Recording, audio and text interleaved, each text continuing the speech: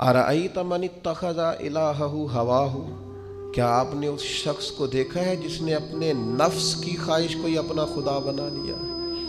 अरअयत, क्या आपने देखा है मन इत्तखज़ इलाहहु हवाहु, उस शख्स को देखा है जिसने ख्वाहिश नफ्स को ही खुदा मान लिया? नबी पाक सल्लल्लाहु ताला अलैहि वसल्लम ने इरशाद फरमाया, आसमान के साए के नीचे अल्लाह के सिवा पूजे जाने वाले माबूदों में से सबसे संगीन अल्लाह के नज़दीक वो माबूद है जो लोग अपने नफ्स की ख्वाहिश को माबूद बना के पूजते हैं। रब कहता है इन्होंने अल्लाह के मुकाबले में माबूद बना लिया। किसको? नफ्स की ख्वाहिश को। एक तरफ अल्लाह का हुक्म है, एक तरफ नफ्स की ख्वाहिश है। चलते किस तरफ है? रब कहते हैं इन्होंने नफ्स की ख्वाहिश को अपना माबूद बना लिया, अल्लाह का हुक्म नहीं मानते। मैं आपसे एक बात पूछता हूँ, जनाजे को भी नमाज ही कहते हो ना? उसका पूरा नाम क्या है? वो भी नमाज है और फजर वाली भी नमाज है।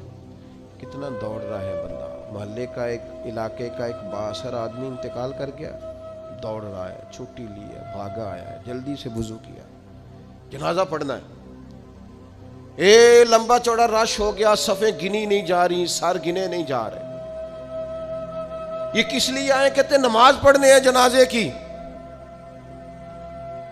अगर तो आए हो नमाज पढ़ने तो फजर भी नमाज ही है, जोहर भी नमाज है, असर भी नमाज है, मगरिबी शाह भी। अगर तो नमाज पढ़ने आए हो तो बताओ ये वाली छुट्टी तुमने 5 नमाजों में क्यों नहीं ली? अगर तो आए हो नमाज पढ़ने तो फिर बतलाओ ये वाला एहतमाम फजर में क्यों नहीं हुआ? ये तुम नमाज पढ़ने नहीं आए, ये हम अल्लाह के हुजूर हाजिरी देने नहीं आए। ये वो जो सियासी रख रखाव है, ये जो जाती ताल, ये नफ्स की इबादत है, ये अल्लाह की इबादत नहीं है। ये ख्वाहिश नफ्स की तकमील है। ये रब की इबादत, ये तो अपने ख्वाहिश के पीछे दौड़े आए हो। मुझे बतलाओ ना। वो एक शायर थे, उन्होंने बात तो बड़ी गलत की, लेकिन चलो बाज़-औक़ात नसीहत के लिए कुछ बातों को दोहरा देना चाहिए। पाकिस्तान के एक मारूफ शायर थे, उनसे किसी ने कहा कि आप मुसलमान हैं? कहने लगा आधा मुसलमान हूँ आधा काफिर हूँ। किस तरह? कहने लगा इस्लाम के अंदर खिंजीर भी हराम है और शराब भी हराम है, लेकिन मैं खिंजीर नहीं खाता, शराब पी लेता हूँ।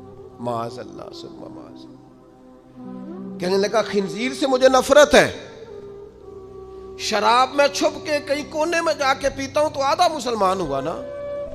कि अगर तो मैं दीन का हुक्म समझ के नफरत करूं तो फिर जितनी खिंजीर से करूं उतनी शराब से भी करूं।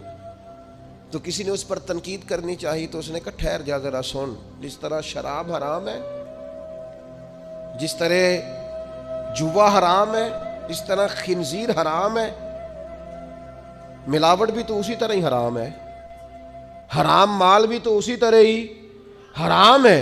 ये कैसी तुम्हारे नफ्स की ख्वाहिश है कि खिंजीर नहीं खाते?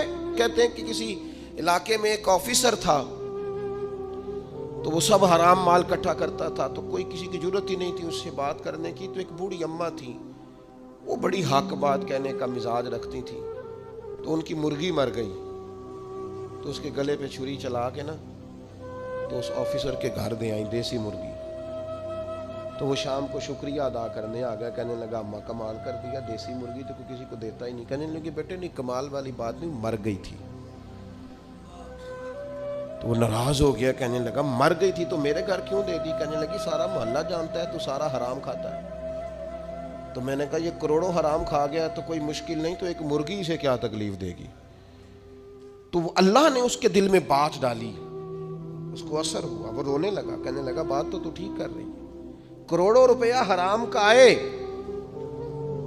तो वो चूंकि नफ्स पसंद कर रहा है तो वो ठीक है, और एक मुर्गी सिर्फ छुरी नहीं चल सकी मर गई तो उससे उल्टी आ रही है, कह रही है, क्या मतलब है इसका? वो हमारे एक दोस्त हैं, वो कहते हैं हमारे ज़माने में लोग इस तरह के परहेजगार हैं कि एक शख्स को एक नया जूता मिल गया कहीं गिरा हुआ, उसने उसका मालिक ढूंढना शुरू किया। किसी का नया जूता गिर गया सड़क पे तो ढूंढता रहा, एक पैर था, ढूंढता रहा, वो किसका है भाई, किसका है? تھوڑی دیر آگے جا کے اسے اس کا دوسرا پیر بھی مل گیا، پھر اس نے مالک ڈھونڈنا چھوڑ دیا۔ پہلے وہ نیک تھا، کیونکہ ایک جوتا تھا نا، پہن نہیں سکتا تھا۔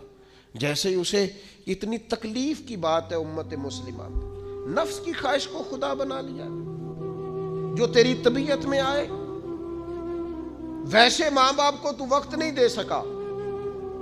ویسے اگر تجھے کہا جائے کہ ماں باپ کی طرف سے کسی یتیم بچے کا خرچہ اٹھا لے، وہ تو نہیں اٹھا سکتا۔ تیرے ماں باپ چلے گئے، ان کی وجہ سے تو کسی غریب بہن بھائی سے تعاون کر تاکہ ماں باپ خوش ہوں، احسان ثواب، وہ تو نہیں کر سکتا۔ دیکھیں چیلم پہ 50 پکیں گے، جو کہ پتہ چلے نا برادری کو کہ جناب نے چیلم کیا۔ یہ نفس کی خواہش کو خدا بنا لی۔ سیاسی افطاریاں ہو رہی ہیں، کسی کی نیت پر شک نہیں، اچھی نیت سے لوگ افطاری کراتے ہوں گے، لیکن وہ گھروں کا بھی تو ہمیں پتہ ہے نا کہ جہاں لوگ آٹا بھی اس لیے تھوڑا پکاتے ہیں کہ کل بھی اس کی ضرورت ہے۔